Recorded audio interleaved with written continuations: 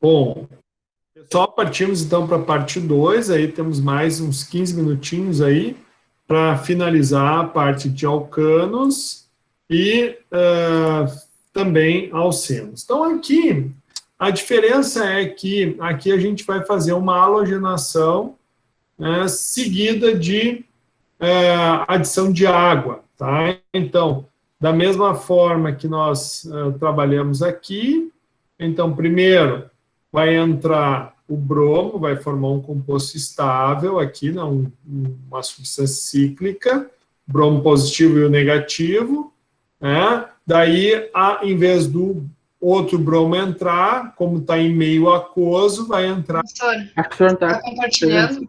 Opa! Claro. Bem pensado. Muito obrigado. Então, perdão. Agora sim. Agora acho que estão enxergando minha tela aí, ok? Agora sim. Então tá. Então, no primeiro momento, mesma coisa. O ácido, a base de Lewis, então, ataca aqui, né, o bromo. Esse bromo, então, ele vai se ligar ciclicamente ali onde está a ligação dupla, claro, vai ficar com sinal positivo aqui, né?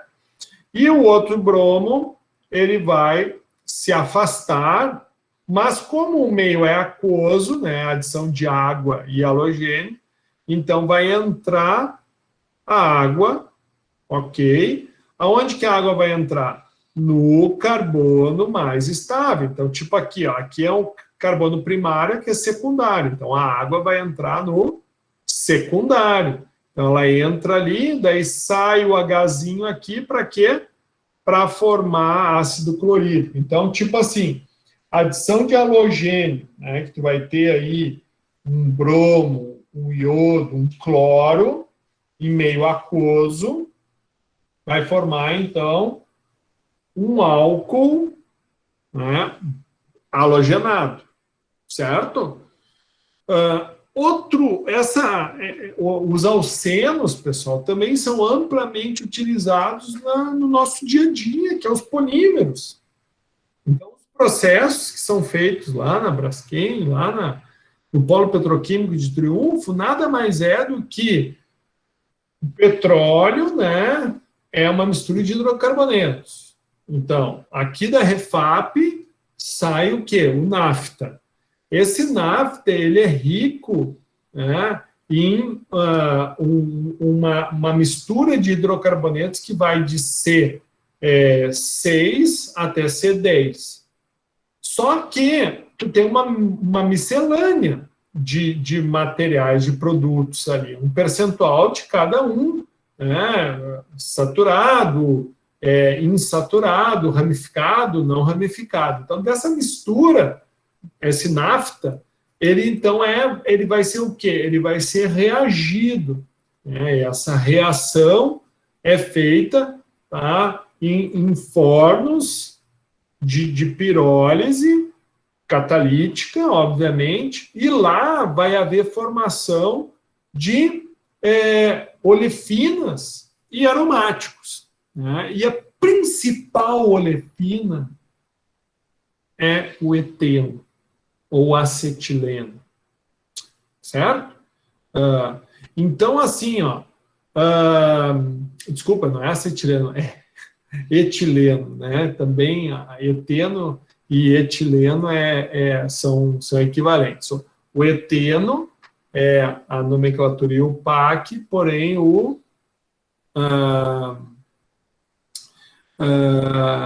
etileno ele também é aceito, né? Mas é um nome vulgar. Então, por exemplo, aqui, ó, o eteno ele é amplamente utilizado, principalmente para a produção do polietileno. Então, o polietileno, por exemplo, quando ele é feito a altas pressões e temperaturas, a gente obtém, então, o polietileno ramificado, que é o polietileno de baixa densidade.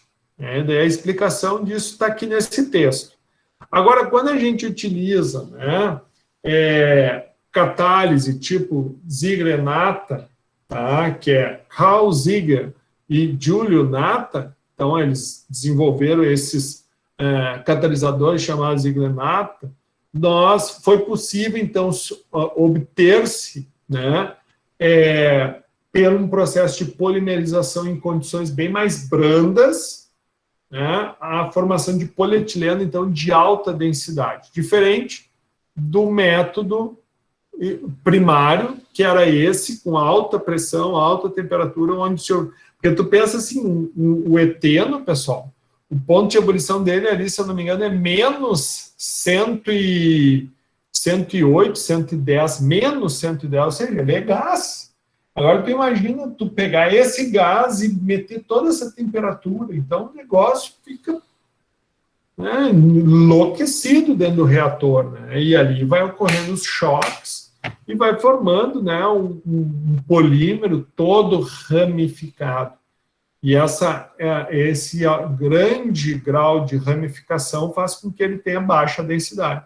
Já, então, através dos catalisadores Ziegler-Natta, foi possível, né, obter-se, então, polímeros de alta densidade.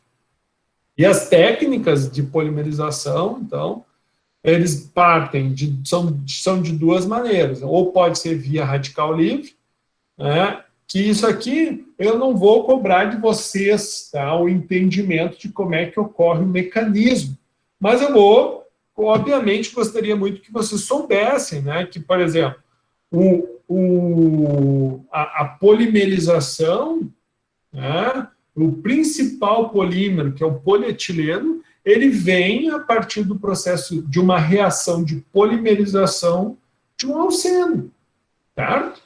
Então, o mais simples dele, né, que é o eteno. Então, a partir dele, via polimerização de radical livre, tu pode, então, obter uma cadeia polimérica linear ou, né, por uma polimerização catiônica, né, onde tu vai utilizar outros tipos, né, de catalisadores, como ácido sulfúrico, o trifluoreto de boro ou ácido fluorídrico, que são ácidos fortes,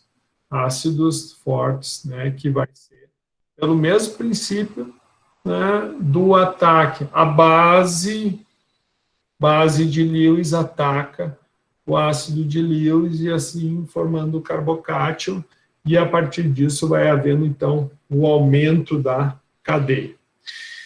Bom, finalizamos alcenos, finalizamos alquenos, e alcenos é a mesma coisa. Agora vamos falar de alcinos, né, ou alquinos.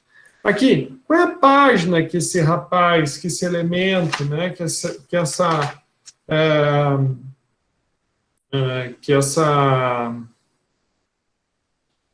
função orgânica está do nosso livro? Então, está ali na página 102 do livro. Adotar. Para vocês terem, facilitar, né? Quando tu faz a busca, facilita quando tu sabe a página. Então, os alcinos não é diferente dos alquenos nem dos alcanos. Claro, é um hidrocarboneto acetilênico, esse sim é acetilênico, tá? E a grande diferença é que ele vai ter a ligação tripla. Então, os alcanos simples, alcenos dupla, e os alcinos tripla. E olha aqui, ó, a fórmula geral dele é CnH2n-2. Então, alcanos é CnH2n mais 2, alcenos, não é? Os dienos já muda, né? Os alcenos, então, é CnH2n, e os alcinos é CnH2n menos 2, ou seja, tem 2 hidrogênios amigos. A nomenclatura é exatamente igual dos alcenos. A gente vai ter que numerar primeiro a ligação tripla para depois colocar os radicais, né? Então, assim, a grande diferença é que essa ligação carbono-carbono, né, uma tripla ligação, ela tem uma energia total de 882 kJ. Então, ela é, portanto, mais forte que a ligação dupla, carbono-carbono, que né, que no caso é mais forte do que a ligação carbono-carbono do etano. Então, isso mostra o quê? Que essa ligação de um alcino, ela vai ser mais próxima. Quando a gente fizer aqui, ó, por exemplo, ó, quer ver?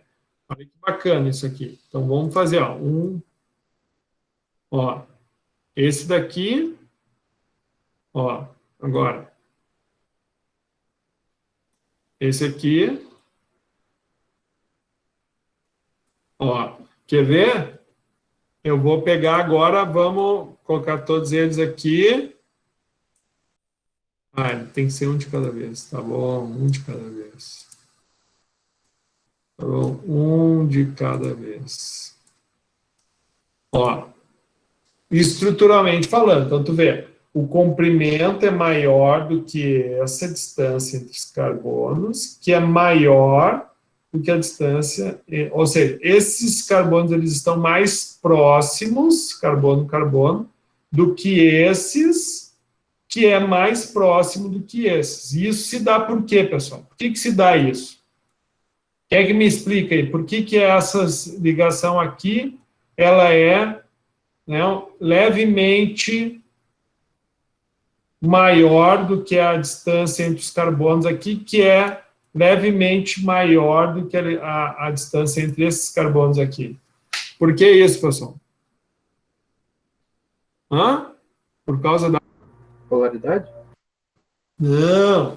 Ali, ó, por causa da energia, né? Aqui, esses carbonos, como eles estão mais ligados, eles ficam mais próximos um do outro. Aqui, como é uma ligação simples, eles têm uma proximidade X, aqui eles têm uma proximidade, né, X menos Y, e aqui vai ser X menos Y menos W, ou seja, bem menor, bem mais próximo, porque eles estão mais ligadinhos, tem 3 ligações entre eles. Aqui tem 2, aqui tem uma, ou seja, à medida que as ligações vão ficando mais ligações, eles vão ficando mais próximos, átomo de carbono com átomo de carbono. E, obviamente, que isso faz com que dificulte, sim, dificulta, por quê? Porque tu precisa de mais energia para romper uma ligação tripla do que romper uma ligação dupla, do que romper uma ligação simples, tá? Bom, pessoal, em resumo, quando a gente tiver, então, um alcino, né, ele vai fazer as mesmas reações de adição que a gente já viu anteriormente. A grande diferença qual vai ser? Né, que, por exemplo, aqui, é o método de obtenção do acetileno. Então, o acetileno, ele é muito utilizado em solda, aquela solda a gás, acetileno, tá? Mas tem 2 formas de se obter, então, o gás acetileno. Uma delas é por meio do carbureto, né? E a outra é por meio da reação, né, com elevada temperatura de 2 metanos para formar, então, aqui através da indústria petroquímica. Aqui.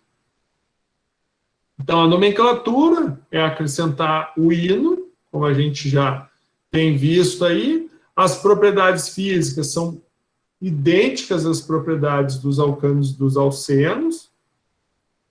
As reações de adição, da mesma forma do que os alcenos, e eles vão reagir com hidrogênio, com halogênios, com ácidos, vai também promover a hidratação, ou seja, reação com água.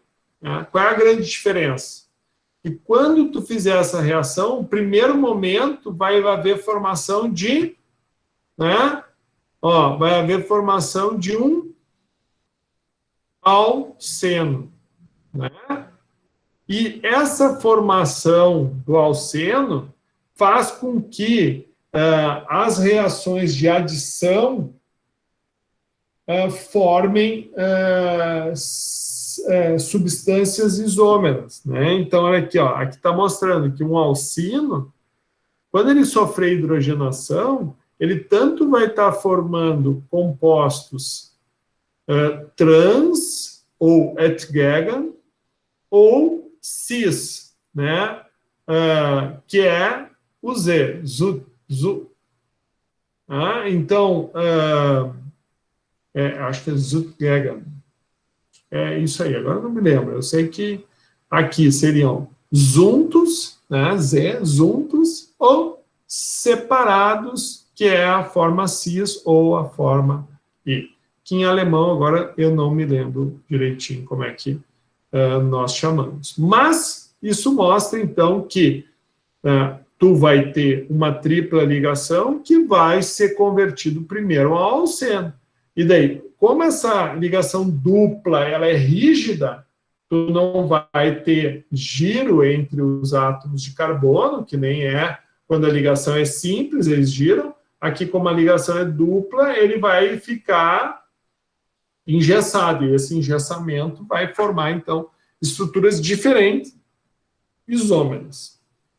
Então, aqui mostra como é que vai ser, por exemplo, a reação de hidrogenação de um composto, né? Vários exemplos aqui, mostrando que sempre vai haver formação de um alceno, né? Que daí, dependendo do tipo do catalisador utilizado, aqui no caso do Lindlar, tu vai formar compostos na posição Z, do tipo Z, né? Ou seja, do mesmo lado, juntos. Aqui, né, no caso, utilizando metais como de metal alcalino, terroso, como sódio e lítio, em meio básico, aqui tu vai formar, então, na posição E, ou seja, lados opostos. Então, isso aqui, o que pode ser cobrado numa prova, né? Então, essa estrutura, utilizando esse tipo de catalisador, vai formar um isômero E ou Z. No caso aqui, Z. E se for esse tipo de catalisador? Forma uma posição E. Ok? Ou seja, lados distintos. Adição aqui de halogênios ou ácidos, né? Da mesma forma. O primeiro momento vai formar, então, veja aqui, trans, e daí se tu permanecer, ou seja, se tu usar um excesso, né, de halogênio, né, ou ácido de um halogênio, tu vai formar um alcano, né? No caso aqui, tetrabromado, né? No primeiro momento, dibromado, porém, uma posição trans aqui, né, mas que poderia, né, dependendo do excesso de bromo, haver, então, a formação de um alcano. Então, veja, sempre, e daí a mesma dinâmica, utilizando a mesma regra de Markov-Nikov. Então, primeiro ele vai entrar onde? Ele vai preferencialmente entrar do lado que tem mais hidrogênio. Aqui tem um hidrogênio, aqui vai ter um CH3. Então, do lado de cá entra o hidrogênio, e do lado de cá, que é um carbono secundário, vai entrar o cloro. Se permanecer com excesso de HCl, veja, aqui vai entrar o outro hidrogênio e aqui vai entrar o outro cloro. Certo? E aqui mostra, né, como é que seria esse mecanismo, da mesma forma como a gente viu para alcenos, né? Primeiro, o ataque sempre partindo da ligação tripla ou da ligação dupla. A insaturação é o ponto, né, onde nós vamos ter a base de Lewis que vai atacar, então, o ácido de Lewis, e a partir disso vai formar o carbocátil, que o mais estável vai prevalecer, né, em termos de formação do produto mais estável. Da mesma forma, a adição de água, álcool, ácido acético, né, e alcino, né, vai também haver, né, primeiro formação de um eteno, né?